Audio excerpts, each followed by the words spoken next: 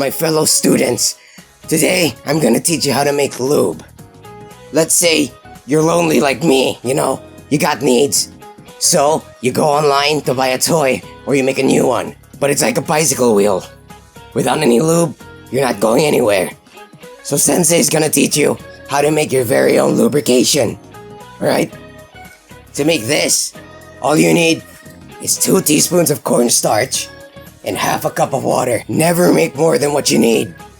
This shit goes bad in like 2 days. So basically, all you want to do is stir this on medium heat until it gets to lube-like consistency.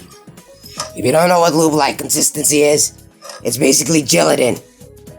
If you don't know what gelatin consistency is, learn how to cook, dipshit. A tip to all my fellow weebs out there. While you're stirring up your lube, you can practice your Nihongo. I myself am a master. Watch. Ohayo gozaimasu. Konnichiwa. This shit'll be done in like 10 minutes, so you gotta be fast.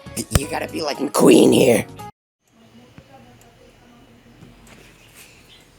You fucking speak when I spoke, you bitch. When it gets to about this point, basically almost clear, you can add some of your flavorings.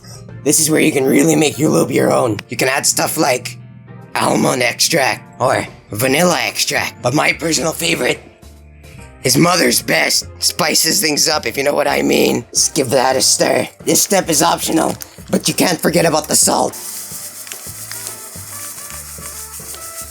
That should be enough. Don't forget about the pepper as well. Things without pepper doesn't taste as good. When it gets to the point where if you waddle this a bit, it feels a little thick, then it's ready. Turn the heat off, put this in a container, and you wait. Since Sensei made enough for himself today, Sensei doesn't need a container.